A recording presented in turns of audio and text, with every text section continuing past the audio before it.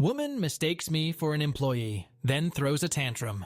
Recently, I went to a grocery store. The store is a popular chain in my area. Most of the employees wear reddish polo shirts with black aprons or vests over them.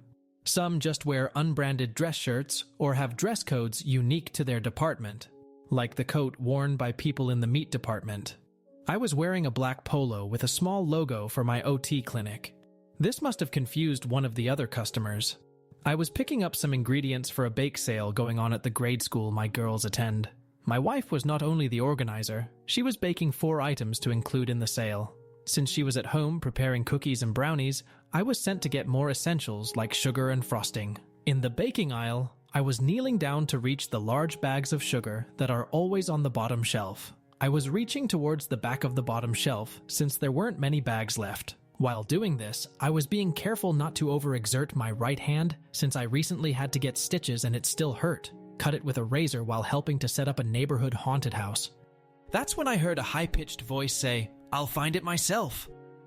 I thought the voice was unnecessarily loud, but didn't really give it a second thought as I grabbed the bag and lifted it up to my cart. I placed it on the handle on top of the cart for a moment to give my hand a rest when a woman grabbed the bag off of my cart, put it in her own and said, "Great, I don't have to go looking for it now." It was the same voice, and before I could react, she happily walked away and was out of sight as soon as she turned at the end of the aisle. There was nothing for me to do but bend down again and start the process over to get the last bag of sugar.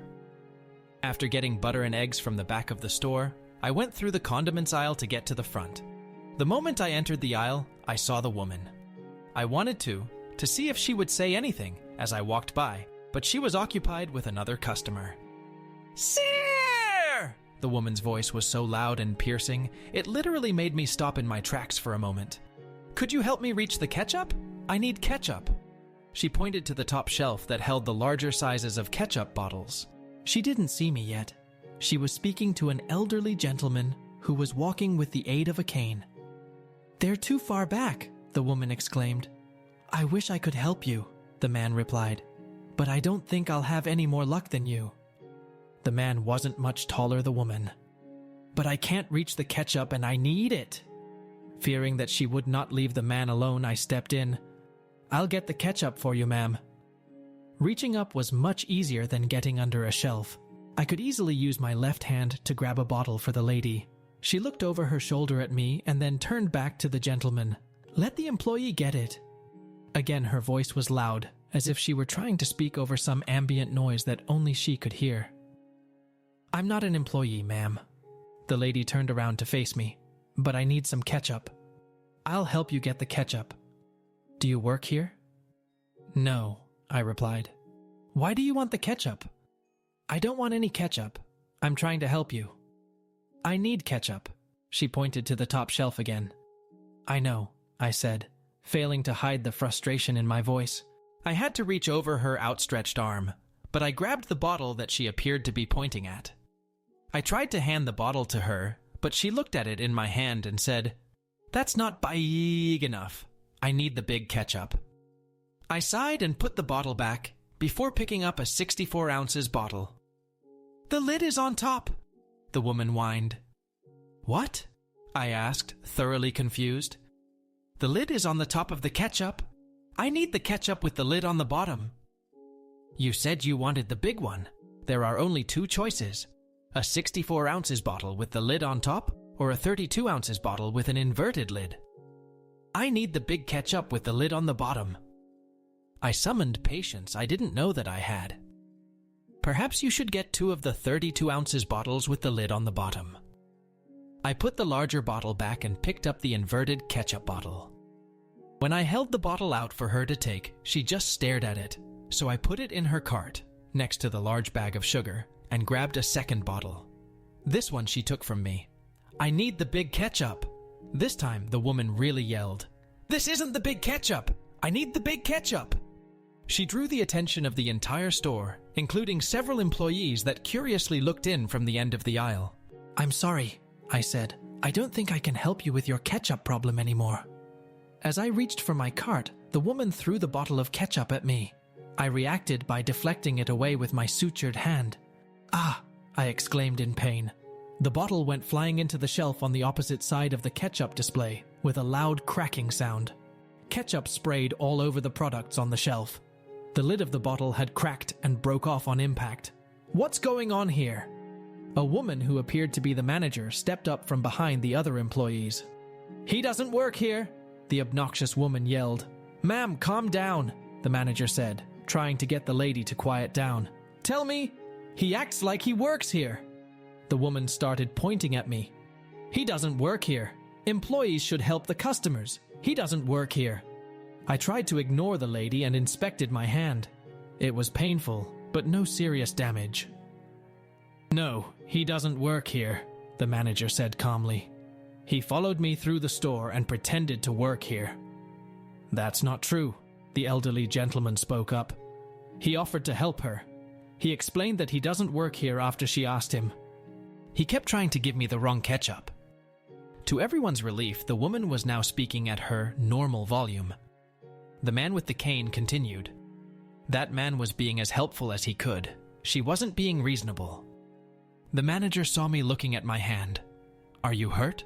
"I'll be fine," I replied. "I'm sorry for the mess." One of the other employees stepped close to the manager and spoke in a low voice. "That woman threw the bottle at him. We all saw it." "That's true," the old man added. "Take him and his stuff to customer service and wait for me," the manager told the employee. "If he needs anything for his hand, get it for him." The employee took hold of my cart and asked me to follow him. As I left the aisle, the woman asked, "Are you kicking him out?" "No," the manager replied. At the customer service desk up front, I asked for ice for my hand, and the employees promptly provided it. The customer service clerk asked us what happened. "I don't know," I started to explain. "He should be kicked out for pretending to work here." The loud, shrill voice could be heard through the store. A moment later, the elderly man with the can walked up to the front of the store and sat on a bench near the customer service desk. "That woman is crazy," he said. Then 2 cops came into the store and followed an employee to the condiments aisle. "I have to call my wife," I said. "I'm supposed to get this stuff for the bake sale to her, and it looks like this might take a while." "Is that the school name bake sale?" the customer service clerk asked. "Yes," I said as I made the call. "You know it?" "May daughter goes to school name." "Really? My wife is organizing the bake sale." At this point, the call connects and my wife picks up. I tried to explain to her what happened and that it might take longer than expected before I'm home. However, I had to cut my call short when one of the police officers started asking me questions. He asked me a few questions to get my side of the events. I told him everything, including what happened with the sugar. The manager arrived at customer service while I was talking to the officer. Once he was done, she said, "We're going to issue you a gift card for the value of the items in your cart." "That isn't really necessary," I said. "It wasn't your fault." "Are you sure?" The manager seemed disappointed. The clerk spoke up. "This stuff is for the school name bake sale. His wife is the organizer." "Well, why don't you consider it a donation then?" the manager suggested. "Plus, I think we can donate some custom baked goods from our bakery." "That would be great. Have your wife call me as soon as possible. We'll work something out." The clerk and the employee that got ice for me rang up my items, asked if I needed anything else, and issued a gift card for just over the amount of my total and used it to pay for the groceries. They gave me the card, which had less than $5 left. During that time, the cop interviewed the old man. When he was done, the old man asked, "What happened to that lady?" "She's been banned from the store," the manager said coldly, and walked away with the officer. We both watched as the second officer escorted the lady out of the store, as the manager and first officer followed.